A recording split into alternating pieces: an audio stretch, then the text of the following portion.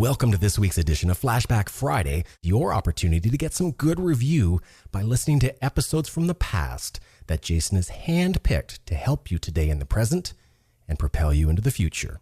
Enjoy. This show is produced by the Hartman Media Company. For more information and links to all our great podcasts, visit hartmanmedia.com.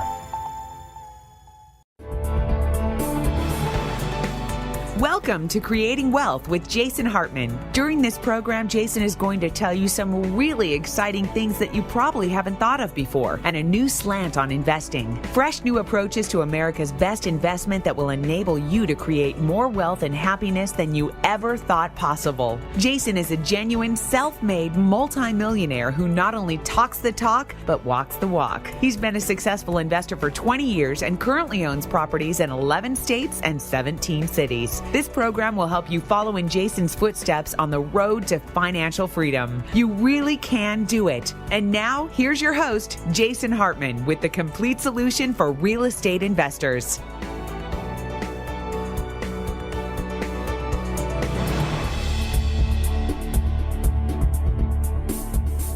Welcome to the Creating Wealth Show. This is your host, Jason Hartman, and this is episode number 312. Thanks so much for joining us today. Today we have a great guest, and we'll have that in a bit here. But first, I've got Steve on, and we want to talk to you about a couple of current events and properties. Steve, how you doing? I'm doing fantastic. Glad to be back on the podcast talking about the latest shenanigans happening out there, which we've got some good ones today. Yeah, and the last time you were on the show, we talked about my upcoming retirement. That was, of course, the show that we published on April 1st, and I don't think people quite got that. We tried to give them a lot of clues. I warned you. That would happen. Yeah, well, it was a little risky, but I guess my retirement was very short-lived, huh? Yeah, you're already out. I knew that was going to happen. I'm already back at work. Yeah, you didn't stand a chance. I'm going to try and do, though, what Tim Ferriss in the 4-Hour Work Week suggests.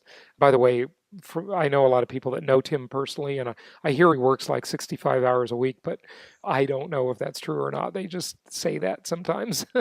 I think that book is probably some of the most genius marketing I've ever seen. It's great marketing, and there's some great ideas in it. It really did change my thinking a lot, although I'm honestly not too interested in the 4-Hour Work Week personally, and I don't know how many people really pull it off, but it did make me think of my businesses in a lot of new ways. It was kind of a paradigm shift, and of course, very well marketed, no question. Yeah, you tell Americans that you only have to work 4 hours in a week. I mean, who's not going to buy that? Yeah, they were thinking the French had it so good at 35 hours a week, right?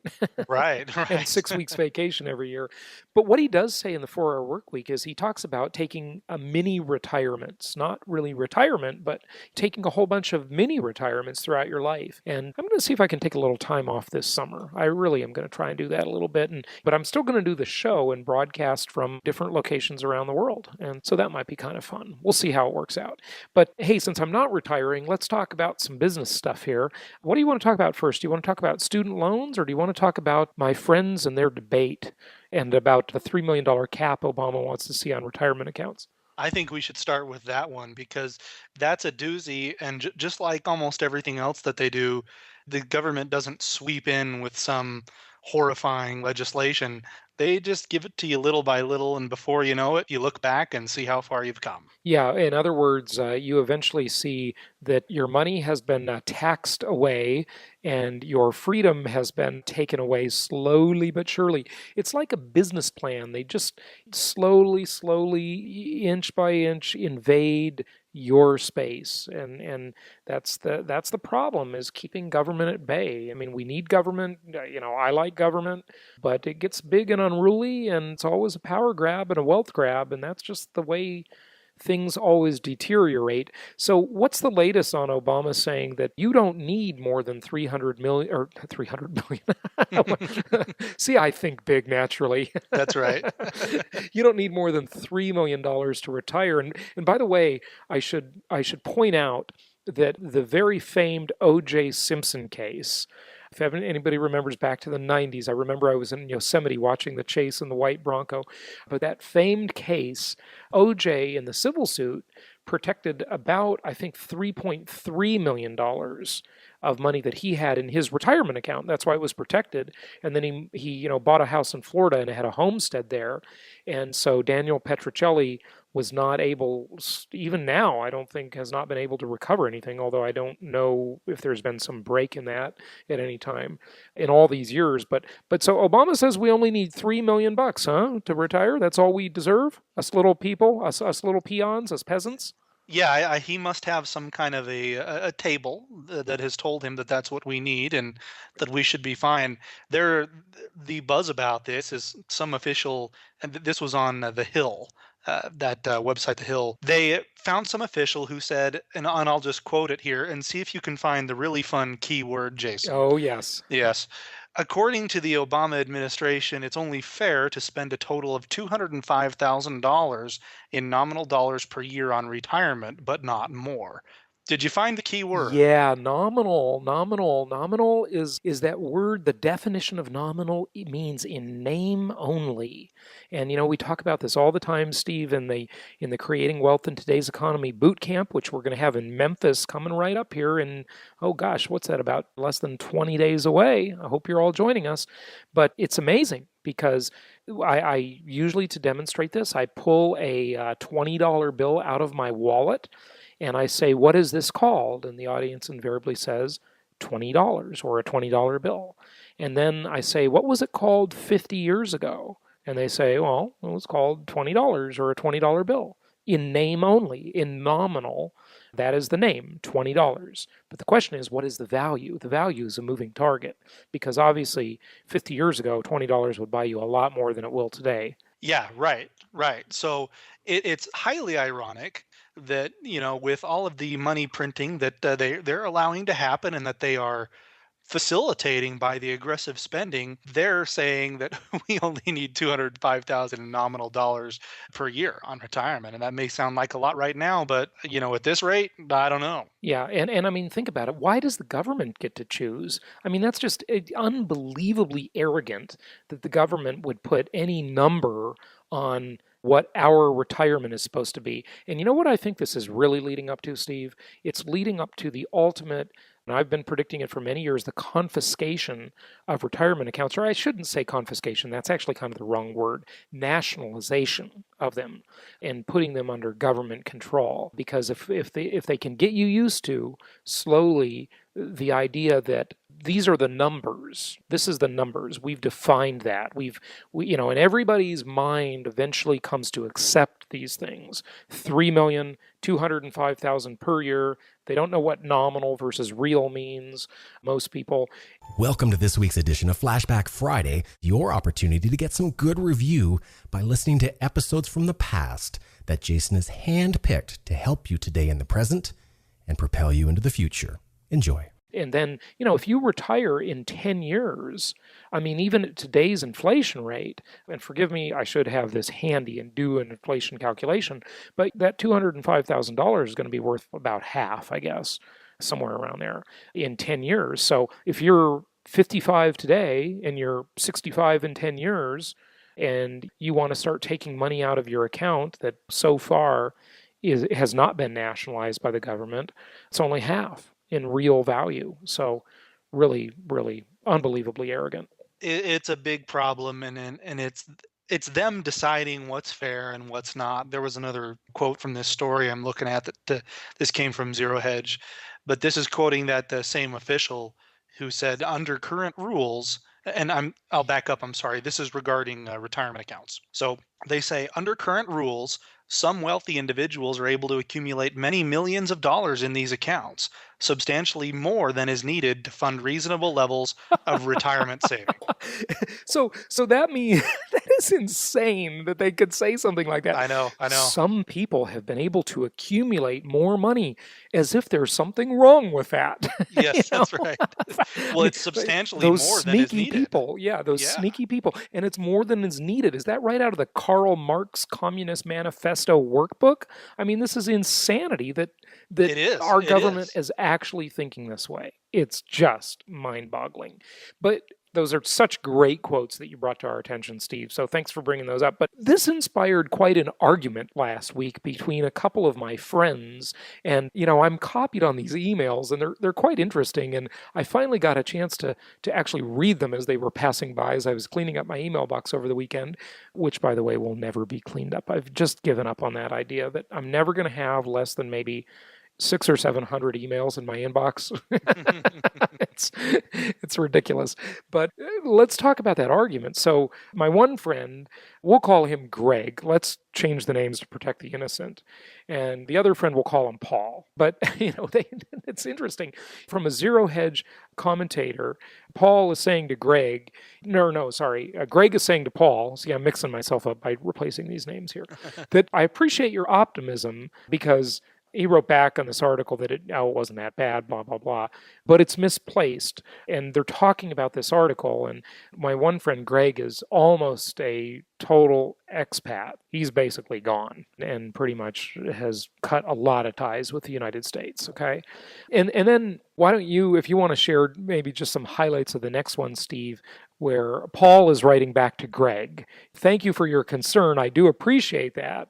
I'm okay, saved a couple of bucks, have decent business prospects. You want to just comment on that one? Because it's interesting. He talks about his Chinese clients. Well, yeah, he says things could be worse. We could be in Texas or Europe or Asia. Coastal South Orange County is kind of tough to beat. But, he's talking about how he met with some Chinese immigrants, and they were just grateful to be there.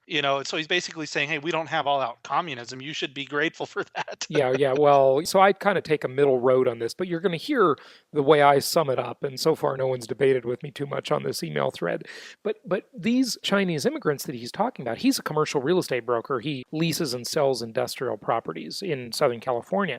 And so he toured them around a building that he has for sale in Chino Hills. And, they own a factory in China where they make stuffed animals and candy, and their distribution to North America, South America, and Europe will be in the Inland Empire in the United States, in California, of all things, okay? And he's saying that, he golfs every week in Industry Hills and Diamond Bar, and when they have to go back to China a couple times a year, that's the way they phrase it, they only have to go back a couple times a year, they think they've died and gone to heaven to live in the leafy suburbs of Chino Hills, California. Their 11-year-old son is doing great, will beat his father at golf one of these days, and he's talking about the filthy air in China and how dangerous it is, and they're happy and grateful, and they just got a brand new 7 Series BMW, and then he puts this great article, which we don't have time to share it, but it's from the Wall Street Journal, but everybody should go read it. It's an opinion piece, and it's called A Statesman's Friendly Advice. And I read that article. It was pretty interesting. But Steve, let's go up the thread here and look at the next salvo. And that's all about Paul, just in case you haven't gotten it, Obama proposes a retirement account limit as the first wealth tax. It's the first wealth tax. And Obama's wanted to do that. You know what's scary about these wealth taxes and really capital gains or tax on any investment is the concept, Steve, that you've already earned the money. You've paid taxes to earn the money, and you bought the asset. And then later, the government is chipping away. And again, folks, this is my whole theory of why you need a self-directed retirement account, and you need to be holding that in income property because it's much harder to get. It's hard to value, it's fragmented, it crosses different jurisdictions.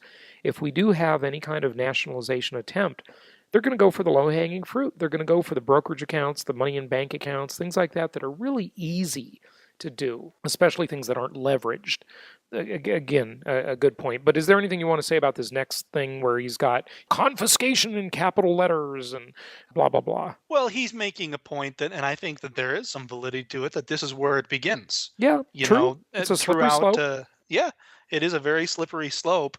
But the point he makes at the end that I really agree with, he says, remember, the income tax started only with the rich. So figure by the time you retire, that $3 million you can have in your retirement account is going to be more like 300 grand, which is what you and I talked about earlier. And they're going to force you to put it into government bonds. They don't do this just in one fell swoop, like the Castro Revolution in Cuba. Yeah, in 1959. No question about it. It's always a slippery slope because that's a much more palatable way to do it. And this really, Steve, is why I think governments just love to inflate their way out of their problems, because that's a nice, easy way to just boil the frog slowly. Yeah, because they're helping the poor and downtrodden along the way. That's where Right. this inflation is all due to, is the heavy entitlement, so they have to inflate, so they keep getting reelected in the process. Right. And they maintain their power in that way. They debase their foreign debt. And by the way, I just finished the audiobook of This Time It's Different, which is pretty interesting. And it's like a whole history of sovereign debt and internal domestic debt and sovereign debt and debt owed inside a country and outside a country. Very interesting. Hundreds of years of history about that, and talking about the countries that are the biggest defaulters, and just how they inflating your way out of debt is the ultimate business plan. It really is far and away the most palatable way to do it. It really makes a lot of sense for governments. I'm not saying it's right. I'm just saying they do it because it's just the most palatable way. And our whole investment philosophy is structured to make our clients wealthy by letting the government do this. All the things that normally hurt most people, it helps us because we are gaming the system. We're doing it legally. We're doing it based on incentives the government has aligned for us through the banking system and through the tax code. It is the ultimate investing equation on steroids, far better than any other way, at least I know of, that you can do it.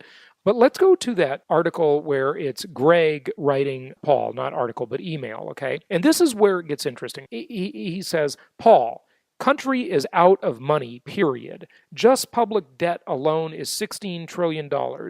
Add unfunded liabilities and the number goes 5 to 10 times that amount. The FSA needs to be fed and drugged. They have the votes. The confiscation will be, quote, legal, unquote. I cannot afford it to happen in my 80s, and if I should be fortunate to live that long, I'm working on Plan B, Greg. And now here's Paul's. These guys get kind of mean, you know. Yeah, they get after it here. They do get after it. But then Paul replies back, and then you're going to hear my reply, and then we'll be done with this. Okay. Paul replies back. He goes, "Well, why don't you share this one, Steve? Do you see where I'm talking about?" Yeah, I can summarize it. As out of money. How can we be out of money when we still have ink and paper? So right? he's being sarcastic, the Ben Bernanke. Yeah, that's right. Like you do at the seminars, but and then he says, "And I dare the Chi-Coms to come and get their money back.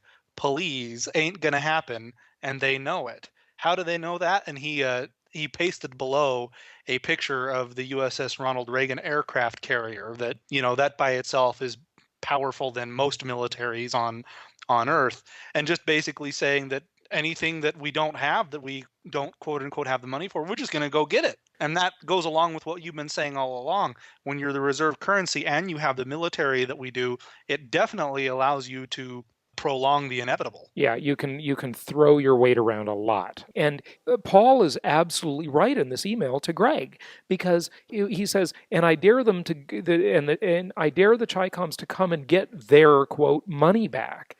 They've got our debt, they've got our treasury bills, and they're going to be debased in value. And that's just the way it is. And so the point is, when Greg talks about the math, Greg is absolutely right. And this is where most people miss it, in my opinion, is that the math becomes less and less important. So here's my reply to all these guys arguing. There were a few other people on the thread that weren't chiming in yet, but here's what I said. I have to agree with Paul on this one. It seems illogical, Greg, but the math doesn't matter so much when you have the world's reserve currency, largest economy, most powerful military, massive natural resources, exceptional geography, international language, and a 230 plus year, quote, brand, unquote, that is synonymous with freedom, innovation, stability, and opportunity for 7 billion people around the world. Yes, America is in decline, but it's going to take a very, very, very long time to dislodge the valuable assets I mentioned above. And Steve, I mean, can you argue with me? I can't, because in every case, when we go back through history, and we look at people who have debased their currency and have had economic problems, none of them have all of the None of them had positive what we had. Yeah, assets. yeah, Yeah, yeah. they don't have all these things. So we ultimately don't know what it would take to quote unquote bring down America as the top dog, so to speak. But it's going to take a lot. This whole doomsday picture of America is completely overrated. Yes, America has problems. Yes, America's in decline. Yes, things are going to hell in a handbasket, but it could take generations. I mean, like another 200 years. It could take 20 generations, 250 years, whatever a generation's considered, probably about 25 years, before, I mean, we can just kick this can for a long, long, long time. And then the next question, Steve, is the one I always ask about investments. Okay, so America's in decline. So America's got problems. Compared to what? I mean, nobody else has the largest economy. Nobody else has the international language, English. I mean, think about it. If you want to fly a plane anywhere on the planet, you know what language you're speaking in aviation? English. That gives us a huge advantage just right there. No one has our brand, and our geography is so defensible. I mean, isn't it amazing we've never fought a war on our own land? Because it's so hard to get to, okay? I mean, unless Canada or Mexico are going to pick a fight with us, this is a great piece of geography. If you're in Europe or Russia or Asia, I mean, that's just really not good in terms of we have this giant moat of two oceans around us. It's a very good piece of geography we've got here. Yeah, and this is one of those instances where globalization really is in America's favor because the world is so interdependent now, and with the size of America's economy, everybody, well, most people do have an interest in America doing well. I mean, it's at the forefront of consumerism, and all these other countries. A lot of what they do depends on what's happening in America, and so it doesn't make sense for some kind of scenario where America falls flat on its face. And like you said, it would take such a unique set of circumstances to happen very quickly for something like that to occur. Everybody's talking about the demise of Greece, Italy, Spain, Portugal, maybe Ireland, Japan for sure. Japan's got terrible math, okay? They've got huge problems. And they're talking about how other countries would bail them out because Japan is too important. Hey, Greece was too important. Spain and Italy are too important. Can you imagine if it's America? I mean, what country is going to, what, China's going to go to war with us? They're going to kill their best customer? Are you kidding me? It's folks, just think about this stuff. Everybody has an interest in keeping America going. Yes, there's going to be gradual inflation, maybe hyperinflation, whatever that means. Get your investment ducks in the row and follow our plan because we are the ones that have the plan for the geopolitical environment in which we live. Okay, let's switch gears, Steve. Before we get to the student loan thing, let's talk about a couple properties real quick. Yeah, of course, one of them being in one of our very favorite markets in Atlanta, Georgia. And I'll tell you, there's a few things I like about this property right now. This is what we would call a tier one, meaning it's a newer construction. This one is built in 2004, and it's a 4-bedroom, 2-bath. So it's a good home, for a family to rent. And hey, if you wanted to exit in 5 to 7 years and resell, you would have some very substantial upside because get this, Jason, you're into this thing for only $38 a square foot. That's way, way below the cost of construction. Way below it. It's 2,790 square feet. It's a nice brick exterior with a 2-car garage, a 2-story house. It looks like a great property. I would live in this thing. And you're still getting a 12% cash on cash return on the property and a 35% total return. But keep in mind, I noticed that the local market specialist, for whatever reason, in their mortgage assumptions for this property, they're basing this on an interest rate of 4.75% and a loan to value ratio of 75%. What I'm seeing more frequently from our clients, though, assuming they've got good credit, no black marks, and a good debt to income ratio, they're getting below 4.5%, usually 4.25% in many cases. And if it's one of the first 4 properties they do, they can get 80% loan to value, meaning they're only putting 20% down. So you could see a whole different set of numbers come out. I think this is conservative, and this is one of the better deals I've seen come out of Atlanta in a while. Yeah, fantastic. That's good. Good. Did you quote on the pro forma there? Did you quote the projections on the rate of return? Yeah, rate of return meaning 35%. Is that what you're talking Yeah, about? 35% annually. Wow. Yep. That's unbelievable. And that's with all the assumptions in there, vacancy rate, et cetera, right? Yeah, and exactly right. Yeah, as they always are in there. But I think, with how low you're buying, on your cost of construction here, or below the cost of construction, this deal's a home run. Fantastic. Okay, give us one more. This one is in the Austin, Texas metro area. Austin, Texas, huh? Okay. Yes, sir. We've just started doing some properties there again. We were there for quite a while back before the boom and got priced out of it, and now we're back. And this is a market where you're getting a little bit lower cash on cash, but you're thinking, hey, I would like some gravy here. I would like some growth. We obviously never invest just for that. Growth is above and beyond the cash flow. But on this one in Austin, we're getting 8% cash on cash, but 39% total return. And this is a fantastic property, a fantastic area, because our Austin LMS told me the other day, and I think you and I mentioned this when we were going through the case studies, they saw a 14% increase in their asking price in the metro area last year. So it's performing very aggressively. It has that low unemployment rate of 5.6%, and you have huge companies moving to Austin very regularly, plus the big education presence that we have in the metro area. Yeah. I just really and the love big that government. piece. You've got three big employers. You've got tech companies, and you've got the University of Texas UT, which is a huge campus, maybe the second largest in the country, I believe. And then, of course, you've got the government, and the damn government never goes out of business. That's right. And the government's right there behind the education sector, as we will talk about here shortly. Right, and that's a whole nother different kind of scam. But yeah, it's amazing. I don't know why, Steve. That this is what's interesting too. Is I always like to say that geography is less meaningful than it's ever been in human history, and that is definitely true.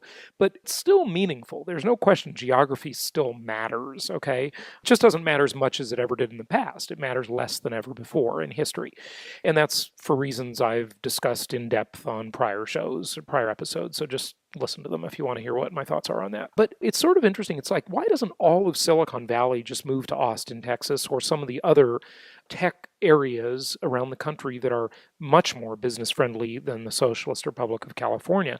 And I guess they are doing it. There's some doing of that, right? But not enough, in my opinion. I mean, it's just surprising that there's still so much tech in. I mean, look at the movie industry in Southern California. So you've got the tech industry in Northern California, you've got the movie industry in Southern California, and the movie industry has abandoned ship a lot. I mean, they're filming all over the country, all over the world now, and they didn't used to do that nearly as much as they are nowadays. I remember when I was in Wilmington, North Carolina, a charming little city, little town, and we looked at doing some business there, and I scouted that market a few years ago, and that's where Dawson's Creek was filmed. It's just a charming place, and didn't really open it as a market, but I'm glad I got to explore it. They talked about how many movies and TV shows are being filmed there and things like this, and in Florida there's a lot of that going on, and just in a whole bunch of other places, even Detroit, by the way, terrible Detroit, which thankfully now, believe it or not, Michigan became a right-to-work state a couple of months ago. That is mind-boggling, but lest I get off on a tangent here, there's even a bit of a movie industry in Detroit, but the tech industry doesn't seem like it's abandoned ship as much as the movie industry has. Maybe it just takes a little more time. I don't know. Thoughts, if any? I don't know why.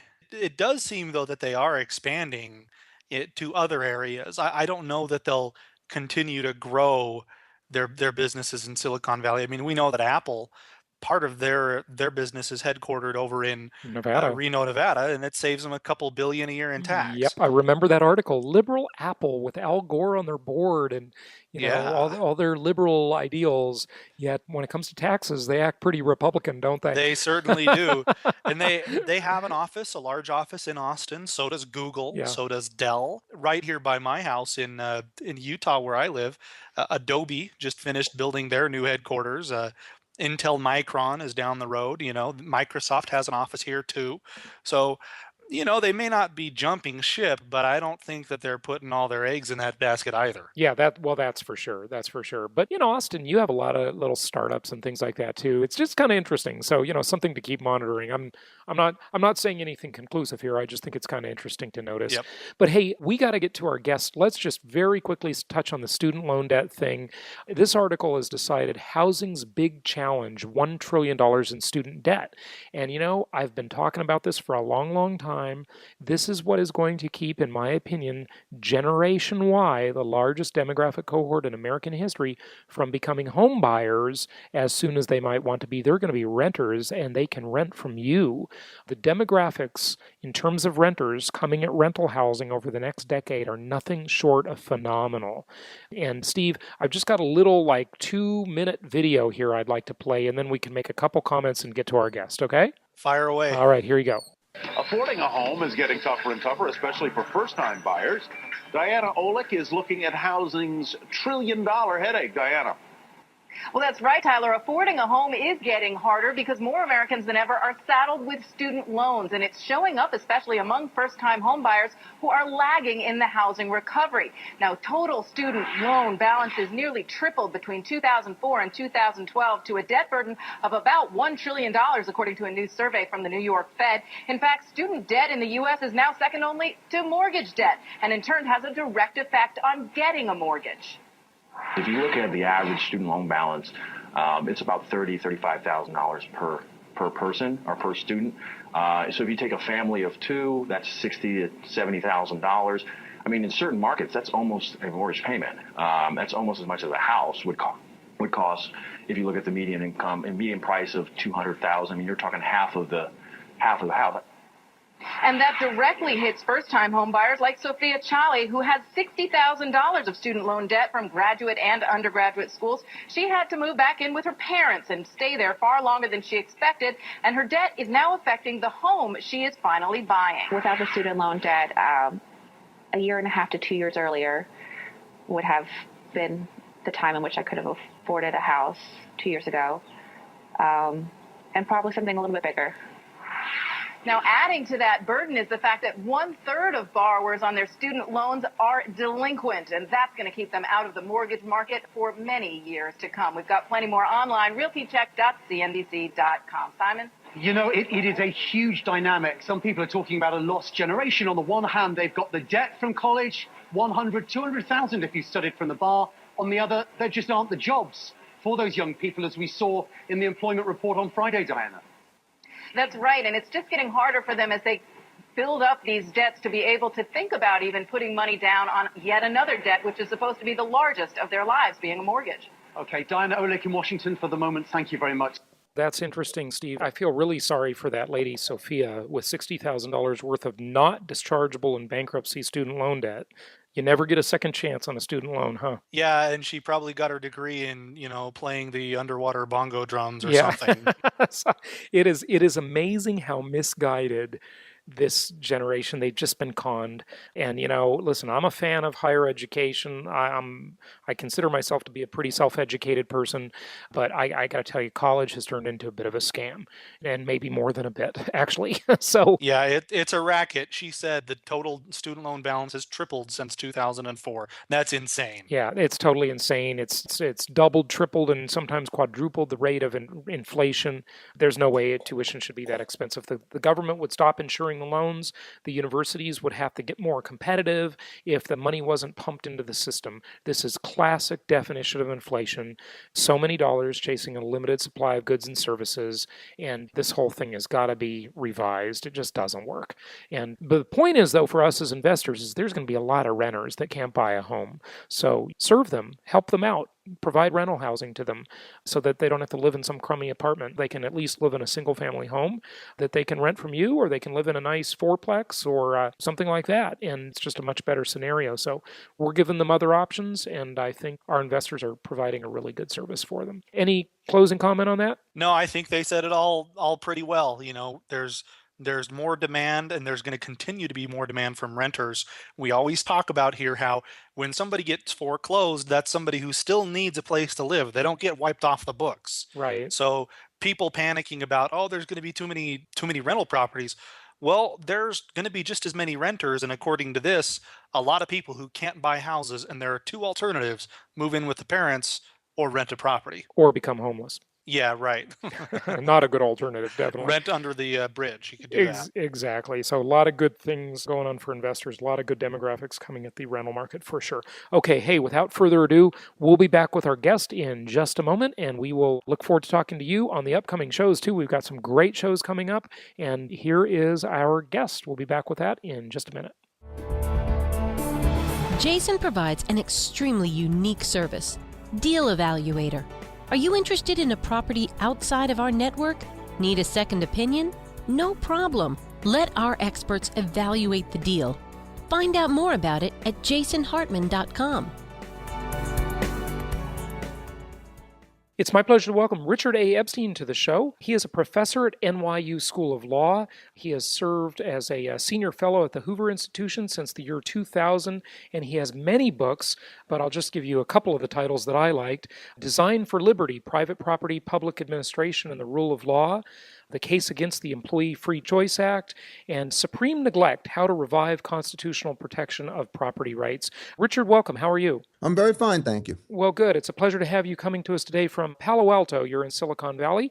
And I don't know, where can we start? Your body of work is so large, but maybe on the income inequality question. Nowadays, it's popular to talk about, back from Joe the plumber, I guess, and of course Obama, redistribution of wealth, income inequality, and frankly, my impression is that income inequality is becoming, if it is a problem at all, a bigger and bigger problem as the rich are becoming very, very rich, and the middle class seems to be disappearing. Now, that's my impression. The whole question of equality is extremely important. The harder question is to figure out what particular methods you can use in order to achieve it. And this is a case where indirection outperforms direction. The president seems to be very committed to very high progressive taxes on the one hand and to massive programs of entitlement benefits on the other. The consequence of that, at least in the short run, has been a steady decline in middle class income so that it's now down to about the levels that it was in 1996. It is to some extent offset by transfer payments, although those are very unevenly divided amongst various people. And in effect, what has really happened is that the effort to run the transfer system and the regulatory system has resulted in the following Faustian bargain. You no longer have situations where opportunities are valued for what you can acquire from them. What you're told is you're going to surrender those implicitly and receive in exchange fixed sums of cash. For many people, it turns out, although they're not making it consciously, this is a very, very bad bargain. And so then the question is, how is it that you're going to engage first in the creation of wealth, which will then reduce the pressures on redistribution? This is not an easy thing to do if you believe, in effect, that virtually all voluntary arrangements are to some extent exploitive, as many people in the White House and in the Democratic Party seem to think. What happens, therefore, is you block gains from trade, the levels of employment go down, the need for further assistance through the public sector starts to increase. That increases the taxes, which are yet another implicit drain on voluntary transactions, so that what you have here is a situation in which you're trying to build a larger and larger transfer society on a smaller and smaller base. Now, the theoretical difficulties with respect to egalitarianism start from one very simple kind of proposition. Do we want to make a world in which everybody is better off, or do we want to make a world in which everybody turns out to be more equal? You cannot, in effect, do both things at the same time.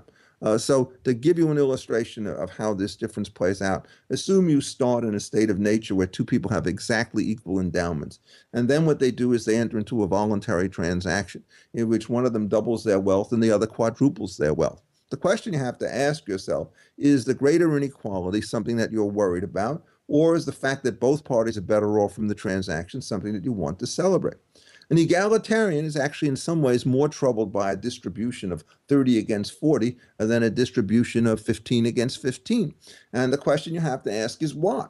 And their view about it is it's the spread that really matters. It's the sense of relative deprivation that really matters. My view about it is they get it exactly backwards. I, to the extent that you're dealing with voluntary transactions, don't think you ought to worry at all as a public matter about the distribution of the gains. That's something which you ought to let the private parties do for themselves as they happen to see fit. And at that point, what happens is you will get large numbers of transactions, not single isolated ones, and this constant repetitive situation the virtuous circle that you could create by increasing wealth will in effect swamp the distributional efforts that you want to get by government programs which shrink the total amount of wealth in order to create the equality that you have.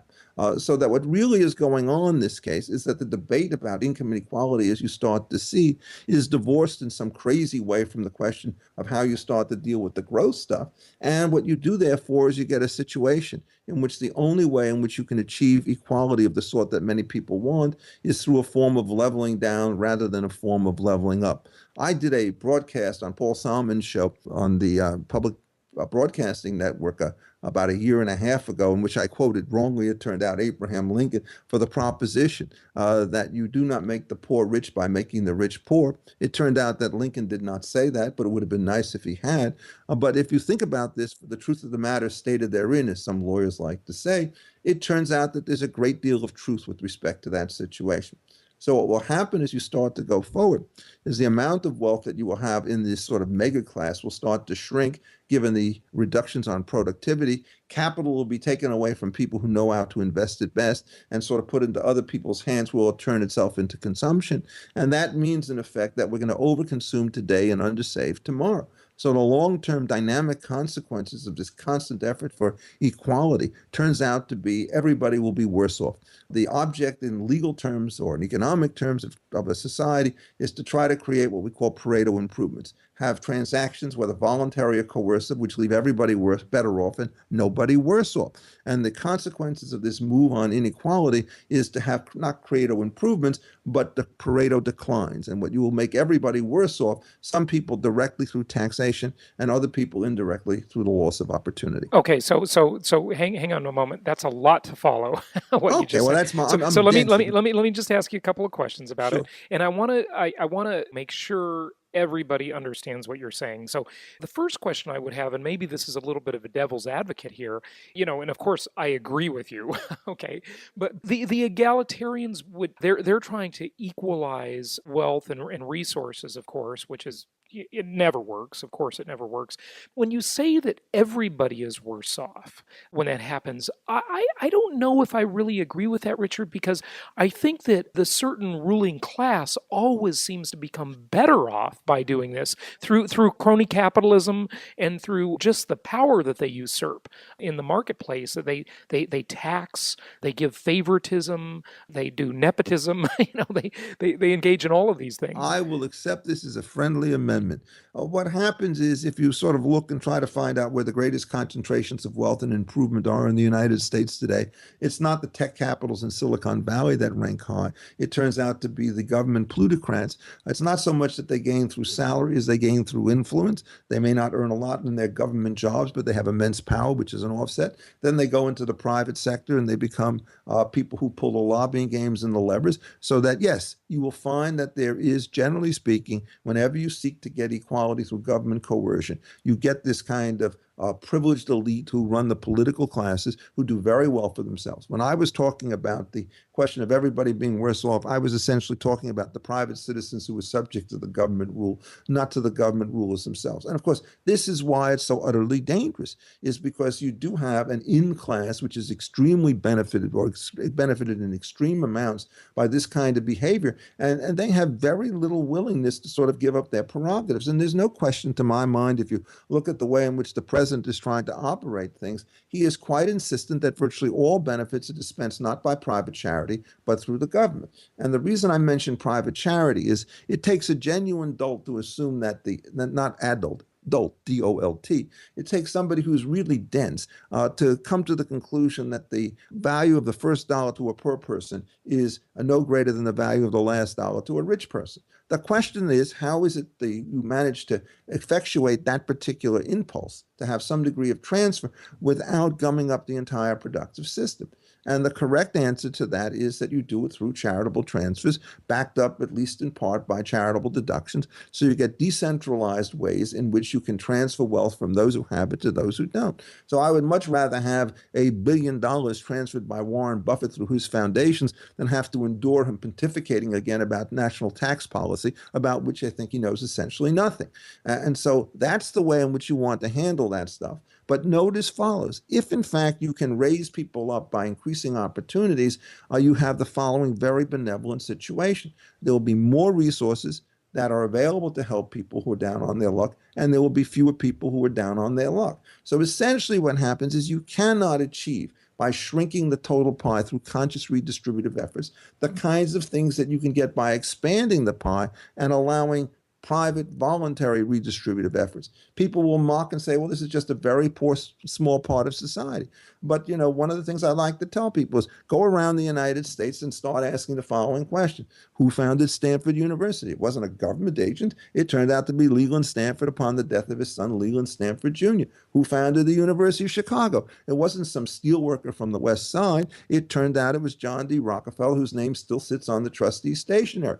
And you can go through huge numbers of institutions, public and private, which essentially have benefited from from the benefactors who are wise enough to know that they cannot consume all the wealth that they create. And it's that inability to consume $1 billion once you make it, which is the greatest engine for redistribution that you could imagine. That is fascinating. And if anyone questions my prior question to you a few minutes ago, I remember when I first really noticed this, and you talk about the influence peddling in Washington, D.C. and other capitals, state capitals.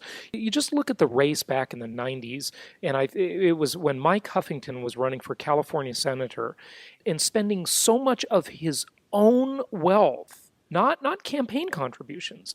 They spent a lot of their own money, and I believe that he was running against Feinstein. Maybe it was Boxer, but I can't remember for sure. But here we've got these very wealthy people spending massive amounts of their own fortunes to get a job that pays $200,000 a year. It's insane. I mean, you obviously know if that isn't a sign that there is massive corruption in government, what else is? Because no one would make that investment. No one would spend millions and millions of dollars of their own money to get a $200,000 a year job. Look, they're not doing it for payment. It's not necessarily a sign of corruption. It is a sign of the enormous amount of power and influence that you could wield by taking government positions. But that influence is profitable. That's what it is profitable. Well, it depends. I mean, interestingly enough, it's very complicated to figure out whether or not the guy who's really on the take is a guy who has so much money that he doesn't need any more, or the guy who gets into Washington making all sorts of promises and in effect can leave the government and quadruple his wealth. So wealth in effect is not a sign of corruption. Power may be a sign of corruption, but it's very difficult to figure out which of these people are engaged in that. But it just wasn't Huffington.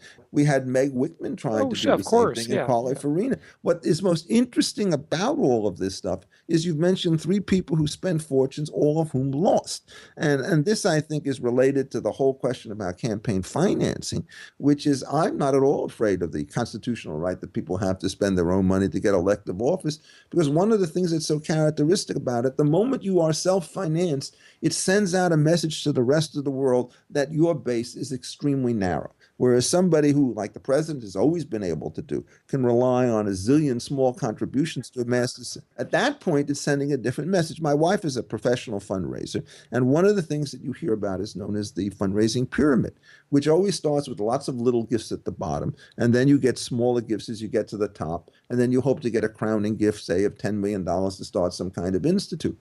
What you quickly discover in this kind of business is you cannot simply decide to say, I'm going to get the money from this top guy and ignore all those little guys. And the explanation doesn't have to do so much with the dollars that you get from small people. It turns out to do with what we want to call a signaling function. And what that means, in effect, is nobody's going to commit himself to a venture that only he is in favor of unless he thinks that there are other people out there who have some degree of sympathy. So when these smaller contributions come in to an uncertain enterprise, it is a kind of validation which make people willing to give larger gifts to that kind of institution. It doesn't always work that way. Sometimes there are particular institutions that are founded with single grants. But the interplay of wealth on the one hand to influence and public acceptance is not a simple linear kind of relationship. When you hear all these denunciations about private parties and corporate spending and the way in which they have to be regulated, this is another illustration of all sorts of people hyperventilating about a problem which is subject to massive self-correction mechanisms in ordinary political discourse. So, what me worried may not only be the maxim of Alfred E. Newman, but in many cases it's the maxim of Richard Epstein. We discover a set of problems that are so evanescent and spend so much money trying to cure them that the basic functions of a civil society, which is to maintain order and to provide external defense and to ensure that voluntary transactions can take place and to provide infrastructure, those things tend to get lost in the shuffle. Well, those original things that our founding fathers outlined have been blown way out of proportion. The one that scares me the most, that I think has been blown the most out of proportion, is the general welfare statement, because that's just they've been rolling over in their graves for decades. Oh, you're now. talking about the founders, right? Yeah, I'm talking about the founders. But you alluded to it in what you just said. Well, let me actually talk about that a little bit more, because I think it shows some of the serious difficulties associated with the modern Supreme Court and the way in which its elastic contours of the spending and taxing powers. But Richard, after this, I want to ask you, because you've written just a wide range of articles on various legal topics, and since a lot of our listeners are real estate investors, they're interested in finance, I want to ask you a little bit about that too. So leave time for it, but go ahead about the Supreme Court. This is just a very simple point. The power of the United States is surely there to raise taxes, and this was designed to offset the difficulties from the Articles of Confederation, where the national government had to beg for contributions from the states, which in Winston Churchill's language were always too little and too late. So they gave you the power to tax, and then you could spend it for the debt, meaning the public debt, which was a public good, for the common defense, and for the general welfare of the United States. And the question is, how elastic is the phrase general welfare of the United States? And this, I think, is the correct analysis. Start with the following proposition. Treat the United States as though it's a corporate venture amongst the several states, and then take the corporate business analogy, because that's what your listeners do, right? And take it very seriously. And ask yourself whether or not any member of the board of trustees of any corporation or board of directors of any corporation could go forward and announce the following proposition. In order to advance the general welfare of the various members of this particular corporation, we know you all have common stock, but we're giving a huge cash dividend to some of you, which is coming out of the pockets of others. And I think everybody would clearly understand that's the paradigmatic violation of every fiduciary duty known to man with respect to corporate wealth. So when you're talking about the general welfare of the United States, what they really meant was the creation of public goods that benefit all citizens more or less, not perfectly, but more or less equally. And that the one thing that it precluded was the kind of transfer payments which now consume the federal government. And it only was starting with the New Deal in a case called Helbring against Davis that Justice Cardozo, who was always a great fan of woolly thought, sort of announced, gee, it's so hard to figure out what is and is not in the general welfare of the United States. We will have to let the Congress do that. And that's basically putting the fox in charge of the henhouse. The whole point of a constitution is to restrain the Congress. And when people say, as they often do, that national problems require national solutions, that doesn't mean that Congress is the solution. Oftentimes it means that Congress is the problem and that the national solution is a limitation on the power to tax and to spend by way of running a transfer society. And so this is an exceedingly important point. And Justice Roberts muffed it so badly when he started to talk about the healthcare case that it really was a sort of a great tragedy for the fans of limited government. Anyhow, what do you want to ask about real estate? Well, I just want to also make a statement here too. When you keep mentioning transfer payments and just a basic concept, what you mean by that is when the government takes from one and gives to another, robbing Peter to pay Paul. Yeah, well, actually taxing Peter to pay Paul. Well, fair enough.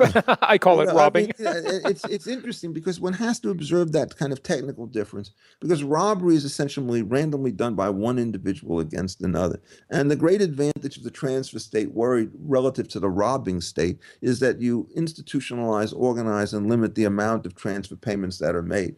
Taxing is, in fact, an extremely dangerous power. But if the choice that you had to make was one between a system of uncoordinated government and ruffians running all around the world and having huge government transfer powers run by a kleptocracy, the latter beats the former every time. The problem is limited government beats the kleptocracy. Sure. And we've lost sight of that. So now over 2/3 of our federal budget is essentially transfer payments. I mean, this is not a question of trying to help the indigent and the needy. This is just massive transfer payments. Nick Ebersol, I think, wrote something in the Wall Street Journal with a co-author, which sort of made the point about the size of this growth. And yet the president and most of the Democratic parties, far from seeing this as a sign of trouble, seen it as a sign of national health.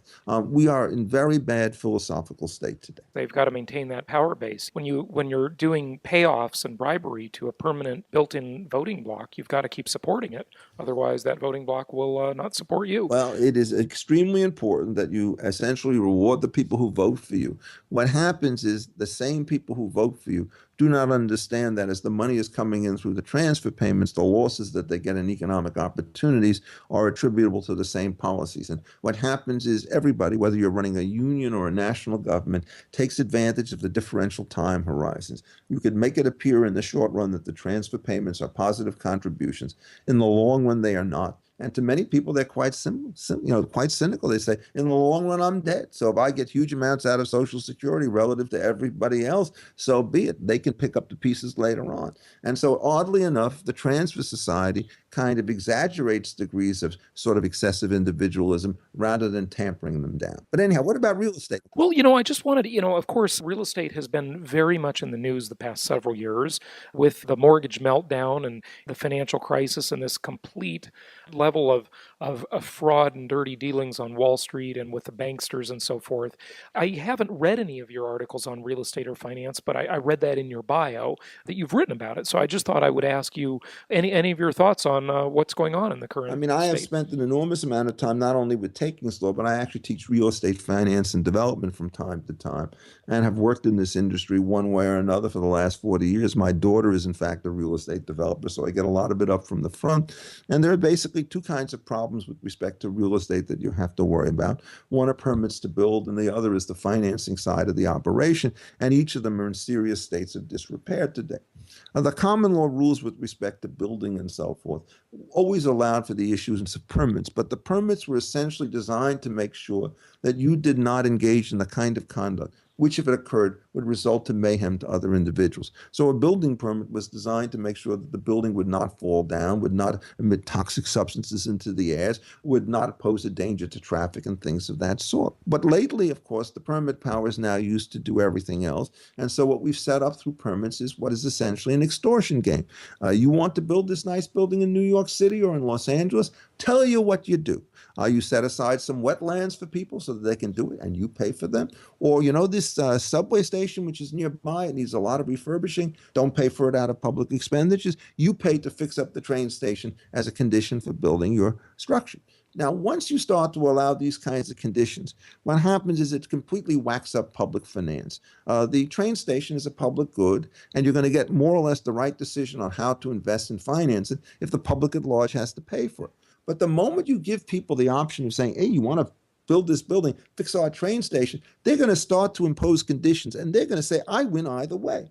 If the conditions are so onerous that they don't build, I get my nice open spaces, and all those people who might live in these buildings, well, who cares about them? And on the other hand, if they do build, my taxes start to go down. So I'm going to engage in this extortion racket as much as I can and as long as I can.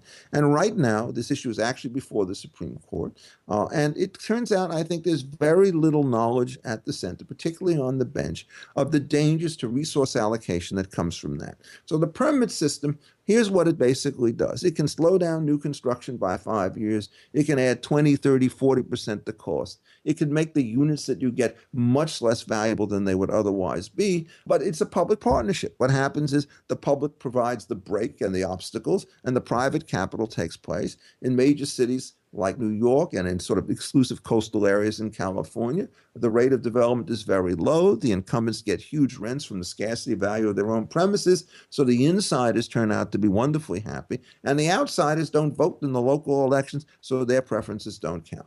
And unless you can reverse that cycle, whether it's through zoning, growth ordinances, conditions, and so forth, the real estate markets will, in these very high valued areas, remain in the tank. And the development will take place in areas where people are just crying to get you in. And now the problem is not that they're giving you permits. The problem is on the other end, they give you extraordinary subsidies, and oftentimes those come from other parts of the same state. So you get yet another form of transfer system. And generally speaking, no subsidies and no penalties is the appropriate form of real estate development, and we have excesses on both sides. It's basically just an issue of, it becomes another crony capitalism power structure. It's transfer payments all over again.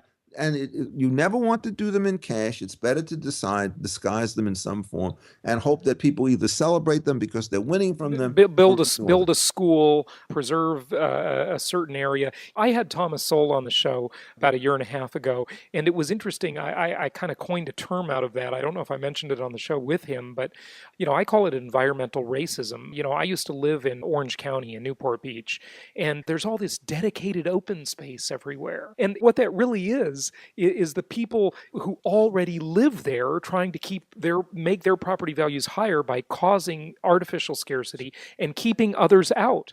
These people are perfectly non-discriminatory. Right, they sure. want to keep everybody out. Right. The racial side of this Yeah. actually came up in the Mount Laurel cases in New Jersey back in the 1980s, where you had these highly restrictive zoning ordinances in large plots and no apartment houses. And instead of knocking down the zoning ordinances, which most of the judges in New Jersey favored, what they decided to do was to force integration by mandating that certain large accommodations be built primarily for members of minority groups. And that created an ongoing tension of insufferable nature between the local communities and the courts, massive distrust on both sides. The correct thing to do is to strike down the zoning ordinances. At that point, people will then be able to cite projects in places that they think to be appropriate. If you tax them correctly, you're not going to get these huge kinds of subsidies running one way or another. But the great liberal conceit with respect to Mount Laurel is that we could offset one form of imperfection, to wit, huge and indefensible zoning ordinances, with another form of indefensible behavior, forcing people down the throats of their neighbor. And generally speaking, you're better off. It's far cheaper and far more equitable to do neither of those two things than it is to do both of them simultaneously. And fortunately, the Mount Laurel experiment failed, and it has not, to my knowledge, been repeated anywhere else. Now, with respect to the real estate finance side, which is the other thing of what you asked. Well, wait a sec. I want to talk to you about a couple things here before we go on to that.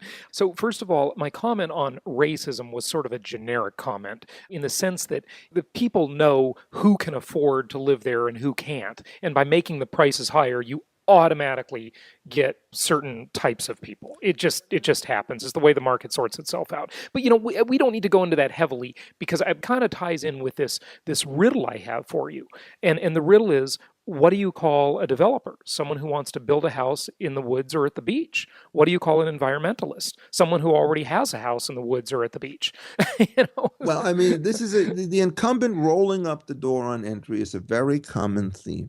And it's exactly the same point. And what happens is these people are now smart enough to realize that you may not be able to shut the door tight on new development. So what you do is you tax it through all sorts of indirect burdens and hope to achieve much of the same effect. There is no question that differential pricing by income will have certain kinds of consequences with respect to race. Most of the people who do this, in fact, are quite happy with having rich Black and Hispanic neighbors. What they are worried about are poor people coming in. And to some extent, that's a policing problem. You can understand what the concerns are. But in many cases, it just turns out to be kind of snobbery in some form. And, I live in New York City and I live in Chicago. I live in neighborhoods that are highly diverse by way of income. I mean, not that I live in a poor building or anything, but you go essentially the range of value of the units within a quarter of a mile of the place where I live is very, very high. My view about it is you draw strength from that kind of interaction, not weaknesses. It changes the nature of the kinds of people on the street, greater variety, greater richness. It turns out you get stores which serve many more kinds of purposes. A lot more flavorful society, no question about it. We'll be back in just a minute. What's great about the shows you'll find on jasonhartman.com is that if you want to learn about investing in and managing income properties for college students, there's a show for that. If you want to learn how to get noticed online and in social media, there's a show for that. If you want to know how to save on life's largest expense, there's a show for that. And if you'd like to know about America's crime of the century, there's even a show for that. Yep. There's a show for just about anything, only from jasonhartman.com, or type in Jason Hartman in the iTunes store.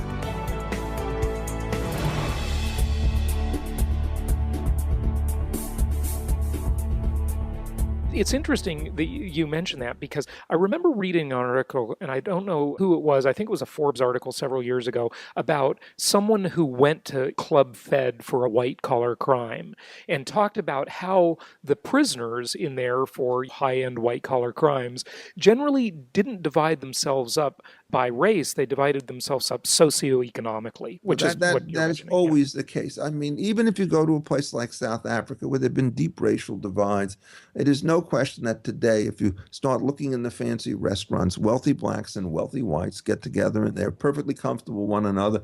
And then you start looking at the shanties and you realize that those are all blacks and they are created by the very policies that those two groups getting together worked. Just to give you one story, when I was in South Africa, I was a guest of a great man named Leon Lerver, and he was one of the few libertarians there who had actively opposed apartheid when it was de rigueur.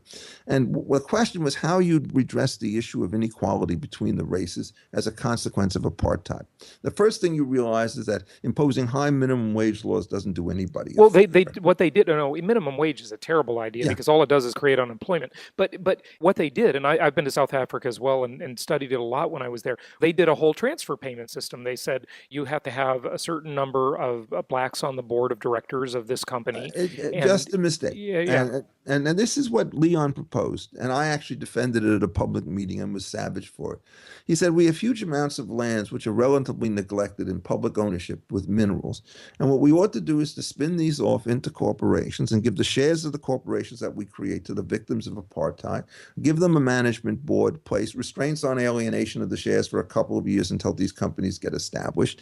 And the ANC went crazy with respect to this proposal because what it meant, in effect, was the devolution of influence and power to private organizations, which meant that their political power would be sapped. And so what one has to understand about all this very complicated racial politics is that rich blacks can exploit rich whites, or rather, rich blacks can exploit poor blacks just the way rich whites can exploit poor whites. Right. Is that the transfers take place in these crazy quilt patterns, not morally defensible, but morally concealable. But anyhow, should we get to the finance bit for a second? Yeah, but I've got one question for you. All right, keep going. I want to run something by you because it's a current event. Okay, so Michigan, believe it or not, Michigan actually became a right-to-work state. And I want to tie this into real estate, and I've never discussed this before on the show, but I view homeowners associations as generally far too powerful. Like unions, a good concept, but they've gone hog wild like unions. And if you can have a right-to-work state where you have union employees and non-union employees working side by side on the assembly line, why is it, Richard, and I know there are some physical issues with homeowners associations, of course, but why is it that you're mandated that you have to join a homeowners association if you want to move into this area? And I talked to one of my attorneys about it. I ran this idea by her, and she represents a lot of homeowners associations in defending them and collecting for them and so forth. And I said to her, why don't you have a right to join or not a right to join the homeowners association?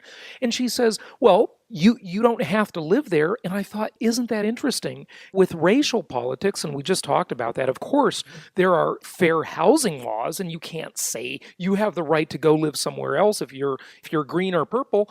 I mean, that's absurd. Of course, we have these fair housing laws, and I think they're just. You should be able to live wherever you want. Well, I disagree and agree. Let me start off and try to explain what I think is the position of your attorney with respect to homeowners association. The question is not whether there are or are not restrictions for the collectivity. The question is, what is their origin? And when you're dealing with a homeowner association, this is what typically happens. You have a developer with a unified piece of land, and he starts selling off all of these units to various kinds of individuals. And one of the things that you discover if you try to sell them off is that the only things that keep people together are the common law rules against nuisance. The amount of money that you can get from this particular parcel is going to be less than if you impose a more robust government system upon these individuals. So that homeowners associations, for example, worry about uniform exteriors. They worry about the maintenance of common spaces like the internal roads and parks and so forth. And their attitude stems from the following proposition. Every time the developer imposes a restriction on any or all owners, he's going to get less money out of that project. So that's a bad. But on the other hand, every restriction that he imposes on one or multiple owners is in fact going to give benefits to other owners. So if in fact he understands this particular trade-off, and developers do, they will impose ex ante upon all people coming into this development the set of restrictions which, when you sum up the benefits and burdens that they impose, maximize the value of the total operation. Now, if they're doing this, there's no monopoly element in this because this is a competitive home association along with every other home association. If you now allow people to buy lands and to escape the covenants that are attached to them, the whole system will fall apart. That means, in effect, that you cannot credibly present the mix to various kinds of people so that you're back to the common law minimum rules of nuisance. Now, when you're dealing with a union, it's exactly the opposite situation. This was never any operation that was formed by unanimous consent. If you go back to the National Labor Relations Law, what it does is it sets up a system of union democracy in which you define through government action a bargaining unit. In that bargaining unit, you stage a government election. If the union wins by 50+%, it binds everybody in that unit, regardless of whether they voted for or against them. At that particular point, you do not have the assurance that you have with homeowners association that the union is going to be value maximizing. Suppose, for example, it's supported by 60% of the workers who are common tradesmen and opposed by 40% of the union workers who are craftsmen. Back in the late 30s, the question of whether these two groups were put in the same union was, in fact, the subject of enormous disputation and hostility. And what the 40% are always worried about is the 60% will vote parity in wages. Their wages will go down. The other guys will go up. And so the union becomes a transfer mechanism. And if what I said was correct about the homeowners association, given the source of unanimous consent at the origin, the transfer payment stuff is different. So you're right to say that these two things are the same if you're looking at them ex post, that is, after they're formed and somebody wants to get out. And the unions understand this because they always say the problem, of course, with having right to work laws is that people free ride on the union agreement, just the way people would free ride on the home association. They're correct in the ex post world, but the difficulty that they don't understand is this. The reason we like free riders against the union is it breaks a union monopoly. The reason we don't like free riders in the homeowner association, it breaks up the efficiency of a competitive operation. So if you understand the industrial structure and you understand the origin, it turns out that she's right. Now, there is the next question about these homeowner associations. Are they, in fact, dictatorships? And so suppose what happened is the home ownership got together and they decided that you, Jason, rather, are the guy whom we really don't want to be in there. And we're going to force you to sell your unit to the home association for $1. That's the case of majority power that's gone crazy. And so when you start dealing with these home ownership associations, the implicit understanding is you could regulate common spaces on a pro rata basis, but you cannot condemn individual units. What can you do? Well, it depends what kind of association you had. In the old days with cooperatives, it turned out if you wanted to sell the unit, the cooperative had to give its approval. And they could hold you up terribly if they didn't like the new person coming in. And so the cooperative firm tended to be used by individuals who wanted to stay in a particular development for the long haul. But the moment that condominiums became legal, that meant that people could sell their units at their own consent, and the only thing that the board could do was to match the price of an outside bidder. You got much more alienability with respect to the units, and we had a kind of a natural experiment. And what's quite clear is that 90% of the time, the condominium situation with the free alienation turns out to be a more valuable concatenation of rights than the old co-op model. And so the new subdivisions have developed in exactly that way. So this is a classic case in which, go back to your libertarian instincts again, right? And understand that democracy is always imperfect, because the losers are bound by the winners, whereas contract is always going to be much more perfect because everybody is bound by his individual consent. The implication, therefore, is you'd like to move institutions from the coercive variety of union-type governments into the voluntary sort. Okay? Does that clear enough? I hope. It is. You're talking about condos, and you live in New York City, right? Yeah. And that's a little different. I'm more talking about the suburban. I know it varies, and I think the co-op model was bad. I don't like it. The condo model is better. But in a suburban type single family home environment, these homeowners associations sometimes they become these little dictatorships and these little fiefdoms. It's unbelievable the way they abuse their power, and they're like these unchartered illegal governments. Let's put it this way. When you create a homeowners association, I wrote an article called Covenants and Constitutions about the comparison of the two. You have essentially to create centralized management for the common spaces. Whenever you have a board of trustees of a business, there are fiduciary duties of loyalty and care. Whenever you have a federal government, they have to do the same thing. And I think the point that you're making that I fully endorse is simply because you created this board and have these various distribution of rights. The moment this board starts to act, it has to be subject to the same constraints as other kinds of boards. And so you get this kind of delicate question as to which way to go. But here I'm going to draw a distinction which I think is sort of powerful, and I hope you agree with it. Let's suppose what happens is you want in a voluntary market to start a place in which the only people who can move in are 65 years or older. And that's done at the front end, and it's perfectly unambiguous. It seems to me that anybody at 65 who wants to sell to a teenage family is somebody who's in violation of the basic rules because there's no abuse of governance. But suppose when this governance situation is put together, they establish a board. And what the board starts to do now is to say we're going to tax all the people on the north side of the condominium in order to make transfer payments to people on the south side of the condominium. That turns out to be exploitation. So the essential rule is if you the extent that you can set things out in stone in the original agreement, that's one way of avoiding the danger of exploitation. But every business requires discretion in its management and intelligence and its operation. And for those things, you need the kinds of duties of care and loyalty that I talked about. And that's exactly true in condominiums, like it is in labor unions, where they do have duties of fair representation. Not very effective, but they're there. And in governance. So I agree with you on that particular point. And I think, by the way, if you asked your interlocutor, she would also say that just because you have a condominium board doesn't mean that it's always right. Right. Good point. Good point. Well, touch on what anything you wanted to say on finance real quickly. Yeah, I know we've got to wrap up. You know, we've gone over our time, but I think it's productive. It's very interesting. When you start dealing with the finance markets, I have written extensively about this because I've taught mortgages, I guess now for 40 years. And let's start with the medieval view. And this was known as the theory of strict foreclosure. And this essentially had the following proposition. If you have a piece of property, which is, say, worth $100, and there's a mortgage on it, which is worth $50, to the extent that the cushion is there, it means that the guy who's in possession of the property knows that the only way that he can exploit his lender by trashing the property is to trash the $50 of equity that he has first.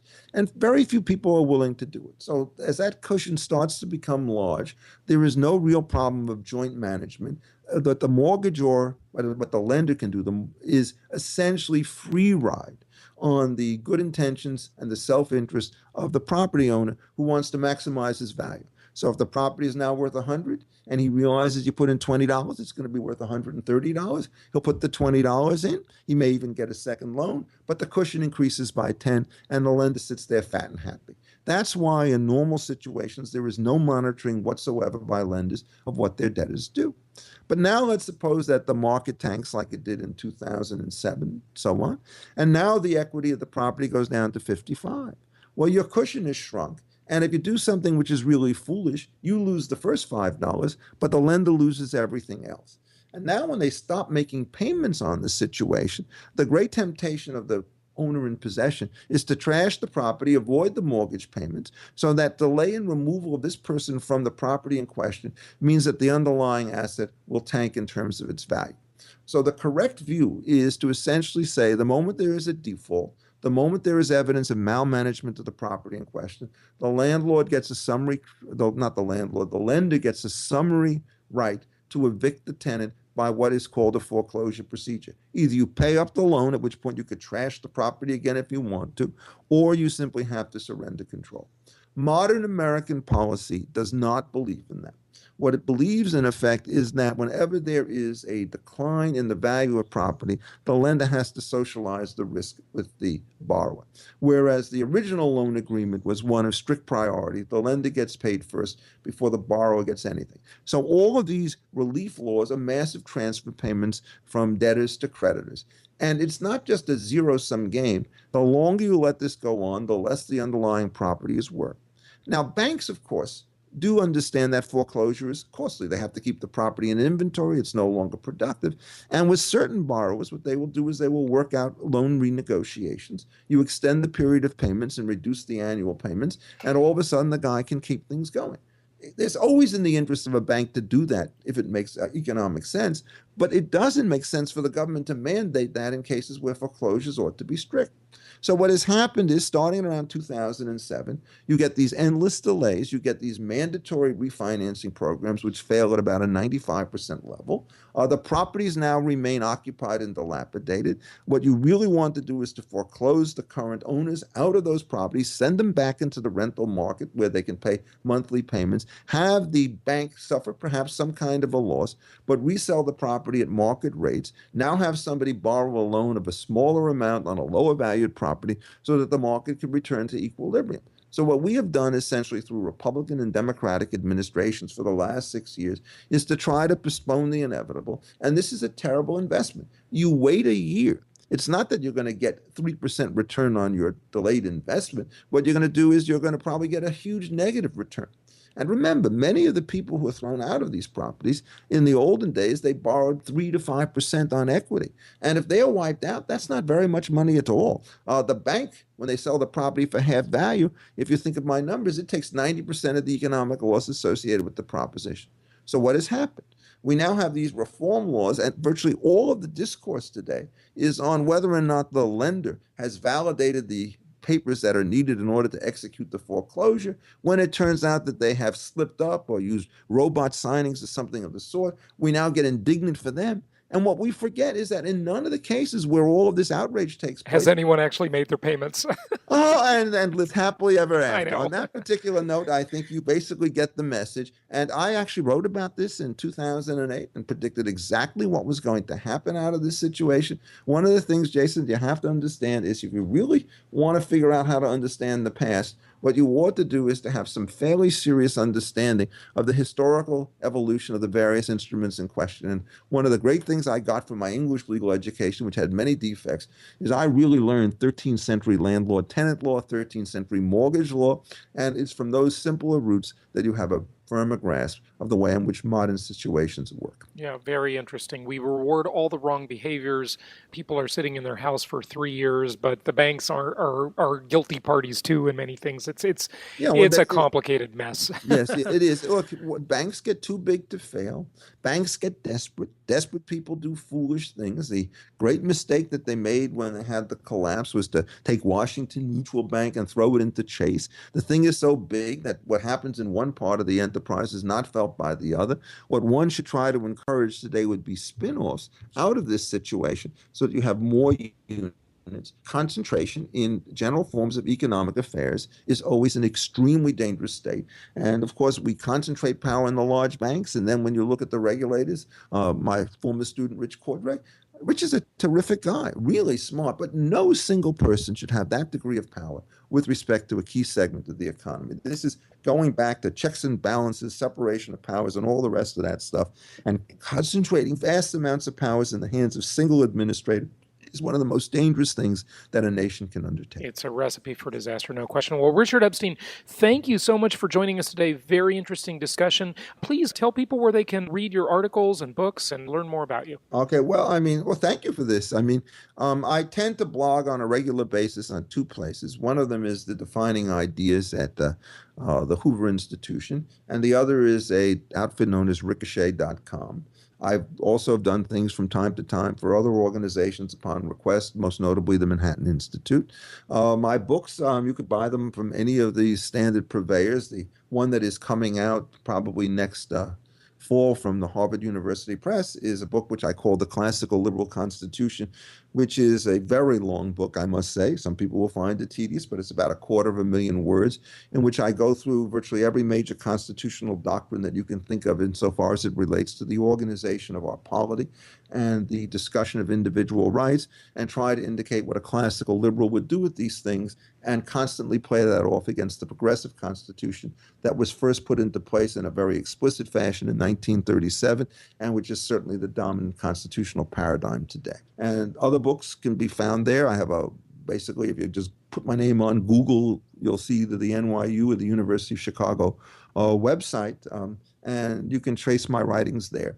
I'm not hard to find. I try to write a great deal of stuff. I think it's extremely important for scholars to engage not only in these long kinds of tomes like my new Harvard book, which I think are essential to our enterprise, but to engage in a translation mechanism whereby the apparatus and the footnotes disappear from view so that ordinary readers who are not fully trained in the law can get the gist of the ideas by reading it in more accessible versions. You try to keep the rigor of the ideas.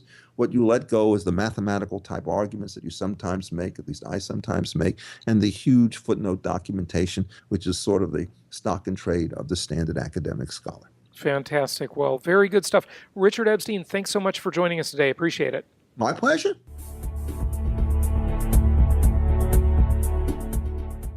This show is produced by the Hartman Media Company, all rights reserved. For distribution or publication rights and media interviews, please visit www.hartmanmedia.com or email media@hartmanmedia.com. Nothing on this show should be considered specific personal or professional advice. Please consult an appropriate tax, legal, real estate, or business professional for individualized advice. Opinions of guests are their own, and the host is acting on behalf of Platinum Properties Investor Network, Inc. exclusively.